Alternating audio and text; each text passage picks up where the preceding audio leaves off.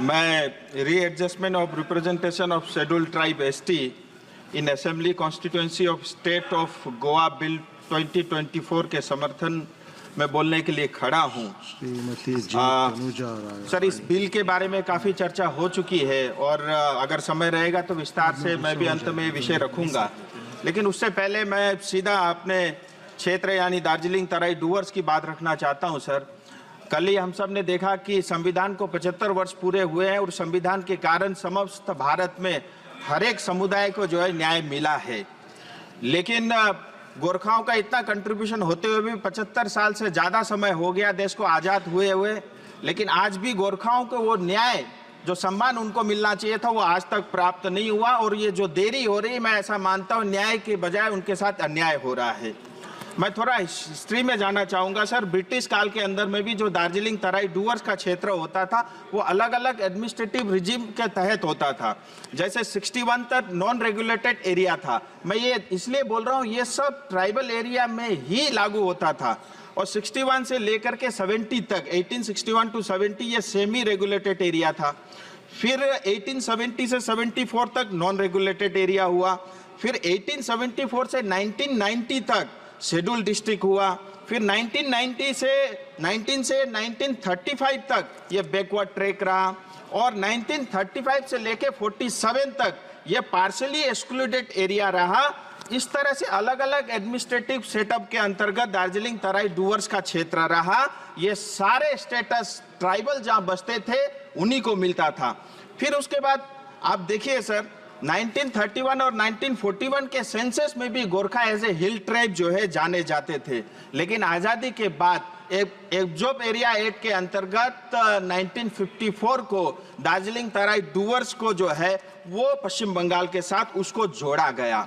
और उसके बाद धीरे धीरे जैसे अलग अलग 18 सब ट्राइब होते थे, उसमें से जो है 7 अलग अलग सब ट्राइब जिसमें शेरपा, भूटिया, लेपचा, धुपका, योल्मो, तामांग और लिंबू को एसटी का दर्जा प्राप्त हुआ। लेकिन आज भी 11 उपजातियां गुरुंग, भुजेल, मगर, नेवार, जोगी, खास, राई, सुनवार, थामी, याखा, धीमाल अभी भी छूटे हुए हैं। और फिर मैं एक बात आपको कहना चाहूँगा सर, हमारे यहाँ डेमोग्राफी बहुत तेजी से चेंज हो रहा है। इलीगल जो है बांग्लादेशी आते हैं, रोहिंग्या आने के कारण हमारा जंगल, हमारा पहाड़ और हमारी संस्कृति और यहाँ तक कि हमारी वेशभूषाओं के ऊपर में भी इसका असर पड़ा है और इसके कारण जो है अनेक कुरीतियां जो है समाज के अंदर में देखी जा रही है। आरजीआई ने भी 2-3 टिप्पणी की उनके पत्राचार में। मैं आपके माध्यम से आरजीआई और सरकार से भी पूछना चाहता हूं। आरजीआई कई बार ये कहता है कि नेपाल और भारत का इंडो नेपाल फ्रेंडशिप ट्रीटी है जिसके अंतर्गत रेसिप्रोकल है, यहाँ भी आ सकते हैं, वहां भी जा सकते हैं। मेरा आरजीआई से सीधा सवाल है, 2 देशों की ये आपस में संबंध है, फ्रेंडशिप है, लेकिन उसका खामियाजा हमारी जनता क्यों भुगते, ये सरकार को देखना चाहिए। दूसरा, कई बार उनकी ये भी टिप्पणी रहती है कि अगर आपको एसटी का दर्जा दे देंगे गोरखाओं को तो इन्फ्लक्स हो जाएगा।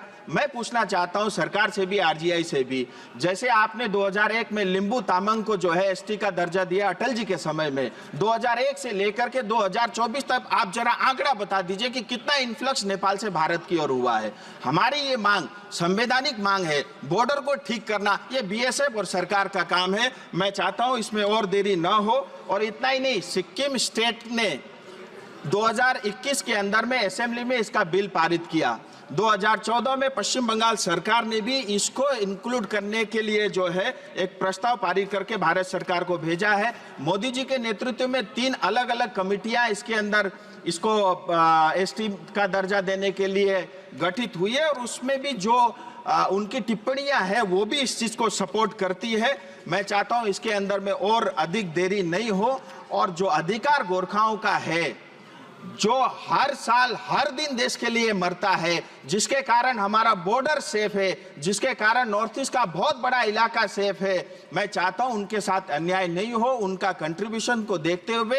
और क्योंकि ये जो पूरा दार्जिलिंग तराई डूवर्स का क्षेत्र है, आप देखिए एक तरफ बांग्लादेश है, एक तरफ नेपाल है, एक तरफ भूटान है, 50 किलोमीटर की दूरी पे चाइना है, चारों तरफ हम बॉर्डर में घिरे हुए हैं। और इस क्षेत्र को और वहां की लोकल पॉपुलेशन को मजबूत रखना और उनको उनको बचाए रखना मुझे लगता है ये देश का भी कर्तव्य है और भारत सरकार का भी ये कर्तव्य है। मैं आपके माध्यम से भारत सरकार से मांग करता हूं कि जो भी देरी हुई है इसमें और देरी ना हो और गुरुंग, भुजेल, मगर, नेवार, जोगी, खस, राई, सुनवार, थामी, याखा, धीमाल इन अलग अलग जो सब ट्राइब के गोरखाओं को इनको जो है इनका अधिकार मिले और इसमें सिक्किम सरकार ने भी बढ़ चढ़कर हिस्सा लिया है।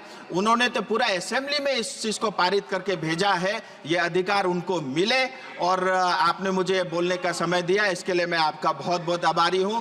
धन्यवाद।